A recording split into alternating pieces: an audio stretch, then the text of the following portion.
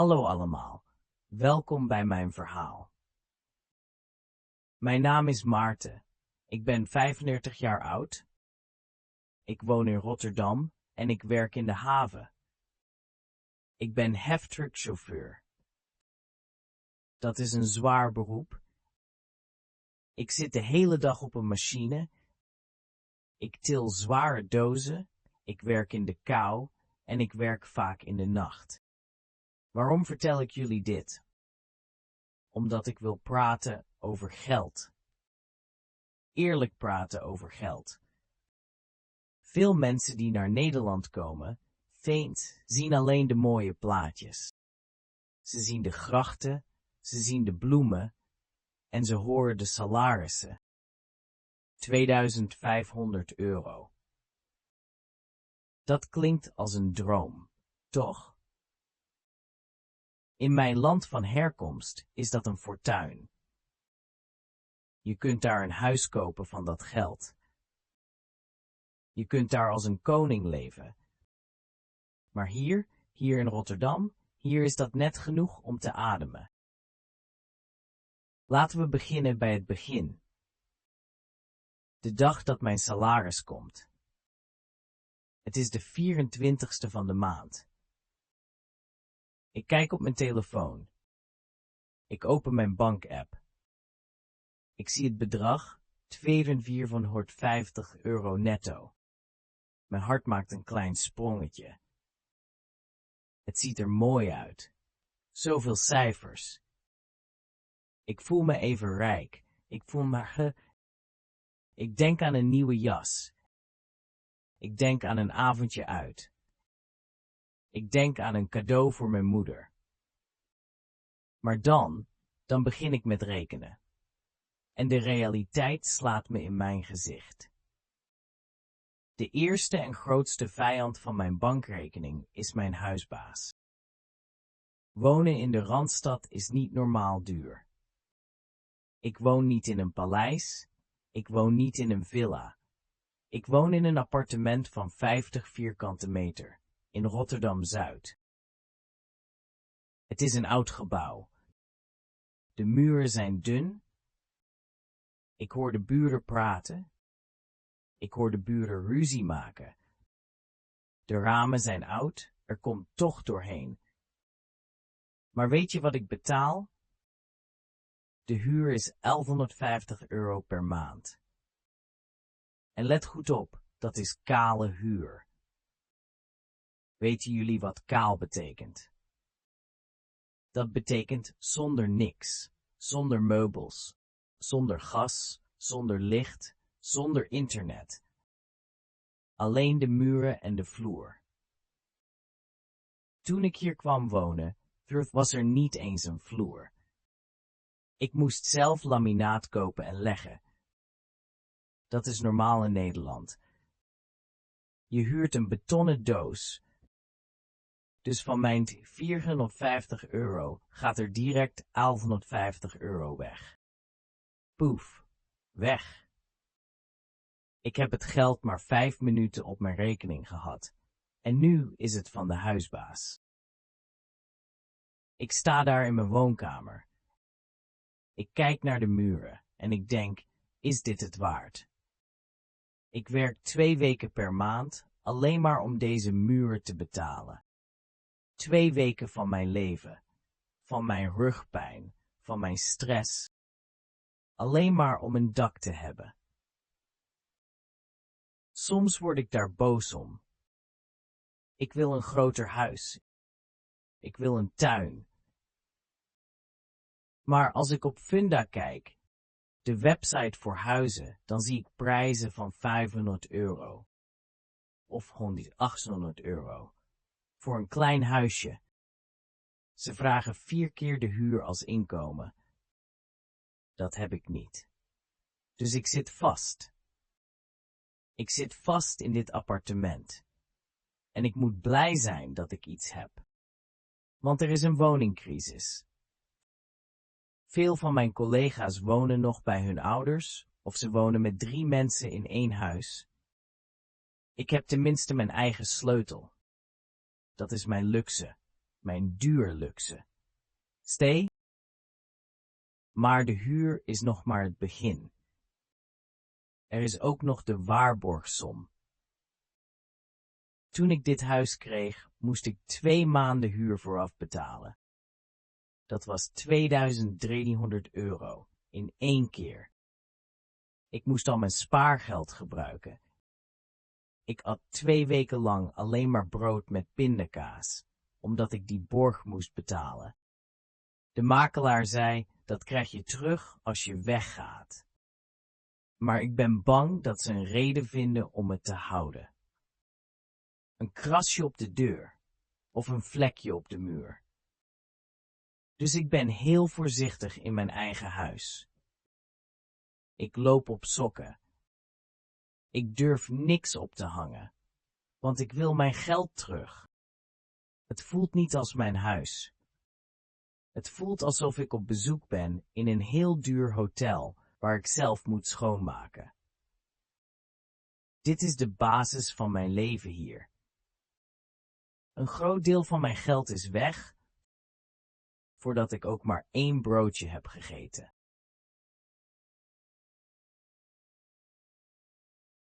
Nu heb ik de huur betaald. Ik heb nog 1300 euro over.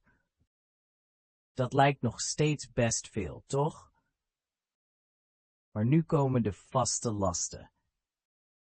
Dat is een woord dat je moet leren. Vaste lasten betekent kosten die elke maand terugkomen, als een boemerang.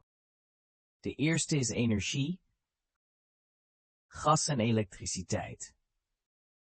Nederland is een koud land. De winter duurt lang. Het is grijs, het waait, het regent. Je wilt het warm hebben in huis, maar warmte is goud. De gasprijzen zijn de laatste jaren explosief gestegen. Ik heb een contract bij een energiemaatschappij. Ik betaal een voorschot.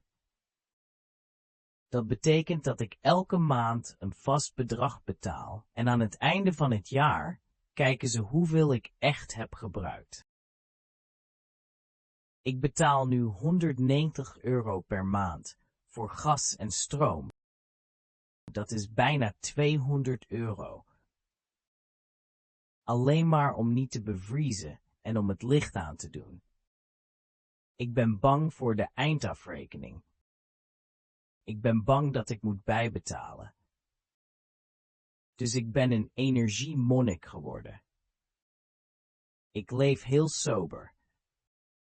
Mijn thermostaat staat op 18 graden. 18. Weet je hoe koud dat is als je stil zit op de bank? Ik draag altijd 2 trui. Ik heb dikke wollen sokken aan. Soms, als ik thuis kom van mijn werk in de haven, ben ik koud tot op het bot. Ik wil de verwarming op 22 graden zetten. Ik wil in een t-shirt lopen, maar dan denk ik aan de rekening en ik doe het niet. Ik pak een deken en ik maak thee. Thee is goedkoop. Gas is duur. En dan het douchen. Ik hou van douchen. Warm water over mijn rug. Het is de enige ontspanning die ik heb na een dag tillen. Maar ik heb een timer in de badkamer. Echt waar. Een zandloper van 5 minuten. Zodra ik de kraan opendraai, draai ik de zandloper om. Ik moet wassen en spoelen binnen 5 minuten. Als het zand op is, moet de kraan dicht.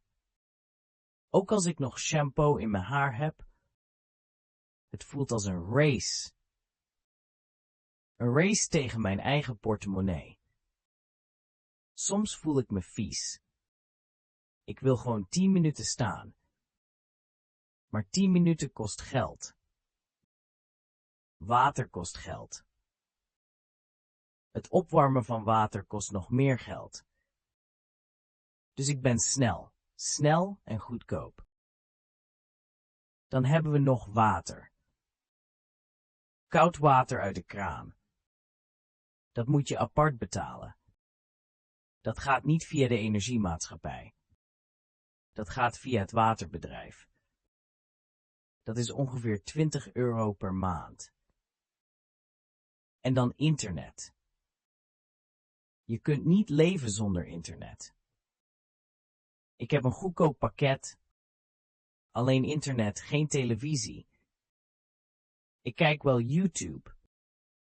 Dat kost €45 per maand. En mijn mobiele telefoon, SIM-only, €15. Zie je wat er gebeurt?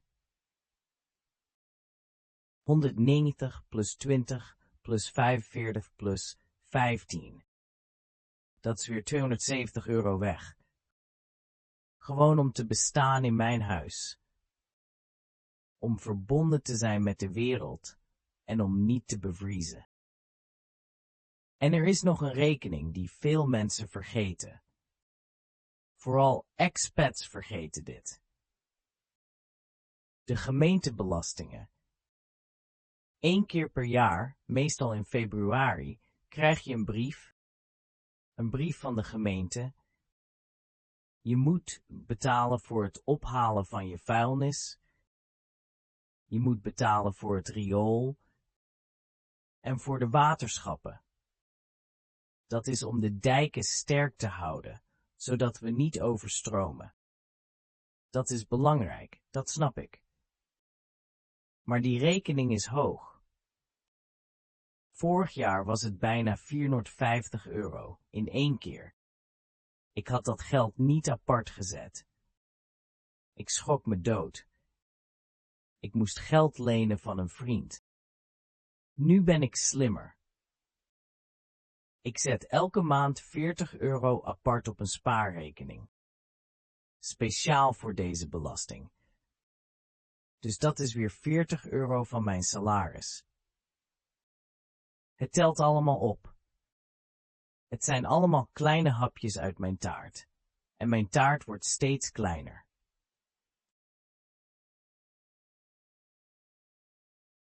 We zijn nog niet klaar met de vaste lasten.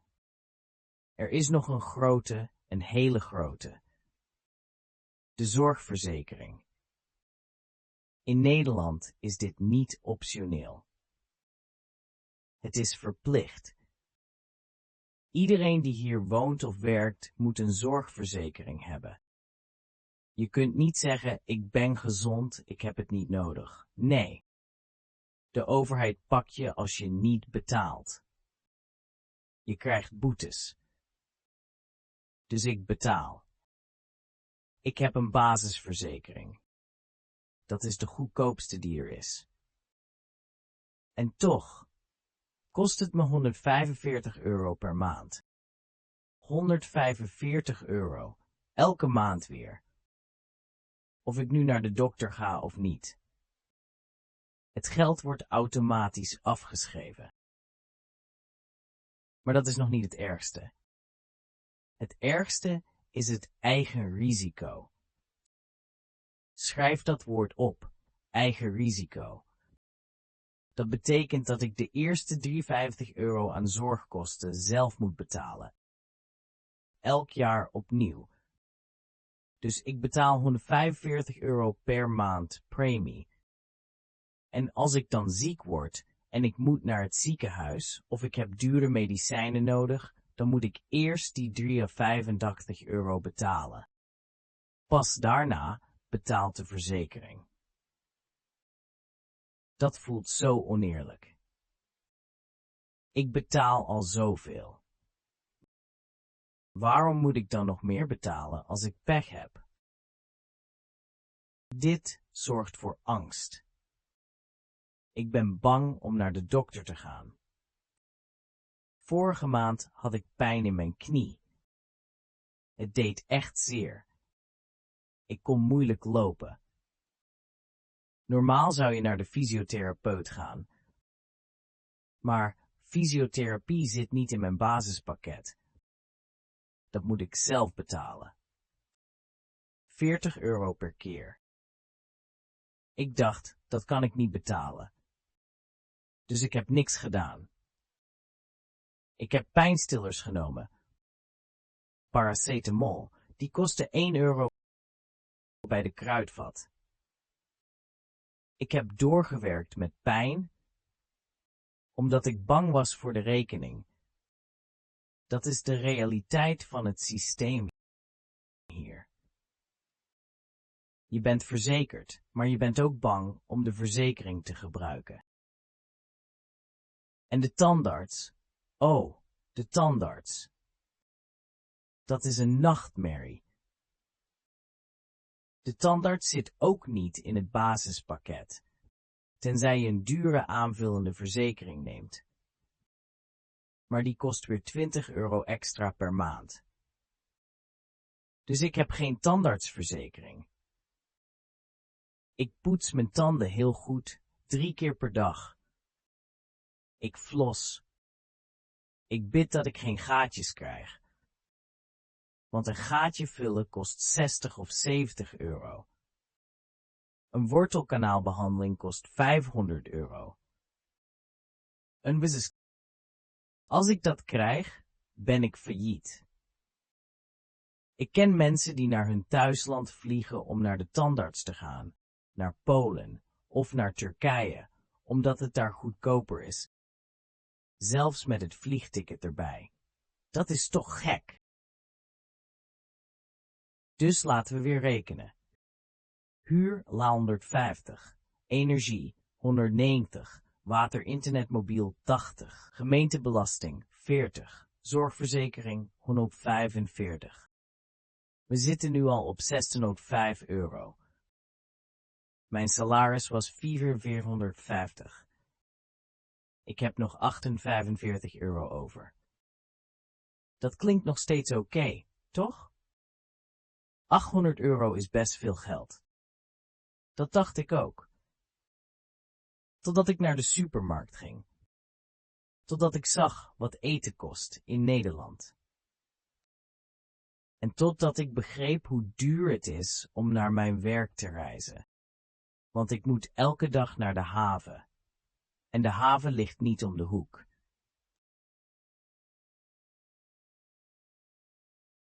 Laten we het hebben over vervoer.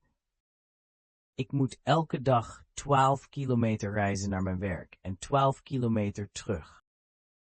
Dat is 24 kilometer per dag.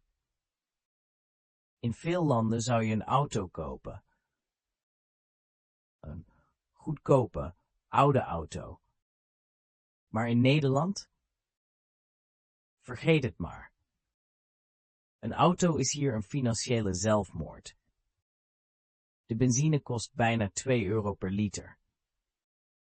De wegenbelasting is hoog, de verzekering is duur en parkeren in mijn straat kost een parkeervergunning geld. Als ik naar het centrum wil, betaal ik €5 per uur. Een auto kost minimaal €300 tot €400 per maand. Zelfs als hij stilstaat. Dat geld heb ik niet. Dus ik heb geen auto. Openbaar vervoer dan, de metro en de bus. Dat is goed geregeld in Rotterdam. Maar het is ook duur. Een retourtje naar mijn werk kost ongeveer €6. Als ik dat 20 dagen per maand doe, is dat €120. Mijn baas betaalt een beetje reiskostenvergoeding, maar niet alles. Ik zou nog steeds €50 zelf moeten betalen. En €50 is voor mij een week eten. Dus ik doe wat elke Nederlander doet. Ik fiets. Ik heb een tweedehands fiets gekocht op Marktplaats. Voor €75. Het is een oud ding. Hij rammelt, hij heeft roest, maar hij rijdt. Elke ochtend om 6 uur stap ik op die fiets. En in Nederland waait het altijd en de wind komt altijd van voren. Dat noemen we tegenwind. Je trapt je kapot, je zweet en dan komt de regen. Ik heb een regenpak. Een goedkoop plastic pak van de HEMA. Het zweet aan de binnenkant en het lekt aan de buitenkant. Ik kom vaak nat aan op mijn werk. Mijn haren nat, mijn sokken nat. Ik kleed me om in de kleedkamer en ik begin aan mijn dienst. Het is zwaar. Vooral in november en december, als het koud en donker is, dan vervloek ik die fiets. Maar dan denk ik bespaar €120 per maand en ik trap door. Dan het eten. Boodschappen. Ik heb nog ongeveer €800 over. Maar ik moet ook nog kleding kopen en schoonmaakmiddelen en soms iets leuks doen. Dus mijn budget voor eten is €300 per maand. Dat is €10 per dag. Dat klinkt te doen. Maar heb je de prijzen gezien? Ik ga niet naar de Albert Heijn. Dat is de winkel voor de rijken. Ik ga naar de Lidl of de Aldi. Ik koop de basis, aardappels, ui, wortels. Die zijn goedkoop. Vlees is duur, kip is duur. Dus ik eet vaak vegetarisch. Niet omdat ik het wil, maar omdat vlees een luxe is. Mijn lunch is elke dag hetzelfde. In de kantine op mijn werk kun je broodjes kopen. Een broodje gezond kost €4,50. Een kop soep kost €2. Als ik dat elke dag doe, ben ik blut. Dus ik sta 's ochtends vroeg op en ik smeer brood. Bruin brood van de Lidl, met kaas of met pindakaas. Ik doe het in een plastic bakje en ik neem een appel mee. Ik drink water uit de kraan. Mijn collega's kopen soms kroketten of friet. Het ruikt heerlijk. Ik zit daar met mijn boterham met kaas. Soms voel ik me een beetje zielig. Maar dan denk ik aan mijn spaarrekening. Ik wil sparen. Ik wil niet elke maand op 0 eindigen. Ik wil een buffer voor als de wasmachine kapot gaat, of voor als ik toch naar de tandarts moet.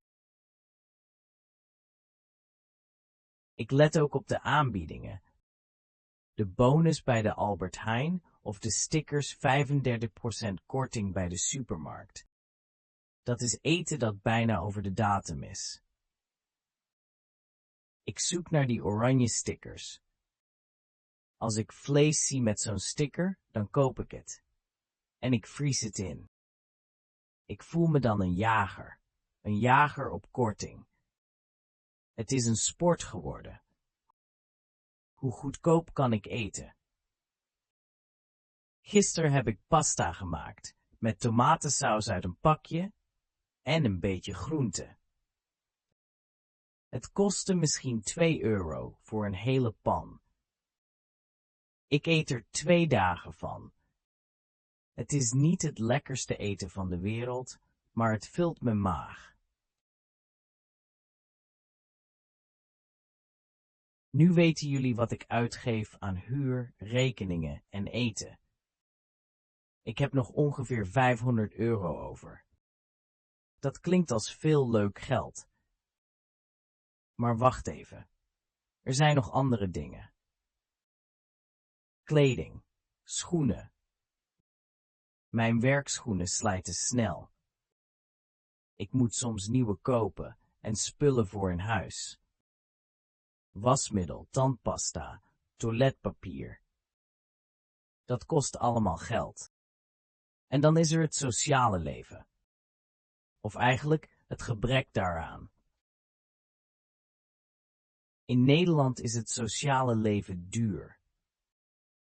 Als vrienden zeggen, zullen we een terrasje pakken? Dan krijg ik stress. Een biertje kost tegenwoordig 4 euro of 5 euro. Een glas wijn kost 6 euro. Als je een avondje weggaat, ben je zo 50 euro kwijt. Dat is mijn boodschappenbudget voor 5 dagen. Dus ik zeg vaak nee. Ik zeg ik ben moe of ik moet werken. Maar de waarheid is, ik kan het niet betalen. Of ik wil het niet betalen. Ik voel me dan gierig. Nederlanders noemen dat krenterig. Maar het is geen gierigheid. Het is overleven. Soms nodigen ze me uit voor een verjaardag. Dan moet ik een cadeau kopen en ik moet reizen met de trein. Een treinkaartje naar Amsterdam kost 15 euro. En terug ook. Dat is 30 euro, plus een cadeau van 20 euro. Dat is 50 euro voor 1 verjaardag. Ik heb 3 vrienden die in Amsterdam wonen. Als ze allemaal jarig zijn, ben ik 150 euro kwijt. Dus ik ga niet altijd. Ik verzin een smoesje. En dat maakt me eenzaam. Geldzorgen maken je eenzaam. Je sluit jezelf op in je goedkope appartement met je Netflix-abonnement dat je deelt met je broer om kosten te besparen. Grow. Aan het einde van de maand, de dag voor het nieuwe salaris komt, kijk ik op mijn rekening. Hoeveel is er over? Soms is het 100 euro, soms is het 50 euro, soms is het 0. Ik spaar wel een beetje. Ik probeer elke maand 200 euro opzij te zetten, maar dan gebeurt er iets. Mijn fiets gaat kapot. Reparatie 60 euro. Of ik krijg die brief van de belasting en weg is mijn spaargeld. Het voelt als water naar de zee dragen. Ik werk hard. Ik doe mijn best, maar ik bouw niks op. Ik overleef, ik leef niet. Is dit het waard? Dat vraag ik mezelf vaak af. In mijn thuisland verdiende ik minder, veel minder. Maar het leven was goedkoper. Ik had tijd voor mijn familie. Ik had zon, hier heb ik geld. Maar alles is duur en ik ben vaak alleen. Toch blijf ik. Waarom? Omdat de systemen hier werken. De straten zijn schoon, het is veilig. Als ik echt ziek word, word ik geholpen. En ik heb hoop. Hoop dat ik kan groeien. Ja, dat ik misschien voorman kan worden. En dan verdien ik 3000 euro. Dan wordt alles makkelijker. Hoop ik. Dit is mijn advies aan jullie. Aan iedereen die naar Nederland wil komen. Kom niet voor het snelle geld. Er is geen snel geld. Kom met een plan en wees voorbereid op de kosten. Reken niet met je bruto salaris. Reken met wat je overhoudt na de huur en de belasting. En leer fietsen. Leer koken en leer om blij te zijn met kleine dingen. Met een zonnige dag in het park. Dat is gratis. Met een goedkope fles wijn op de bank met een vriend. Dat is gezellig. Nederland is een mooi land, maar het is een duur land. Laat je niet gek maken door de cijfers. De realiteit staat niet op Instagram. De realiteit staat op je bankafschrift. Bedankt voor het luisteren naar mijn verhaal en succes met jullie eigen rekensom.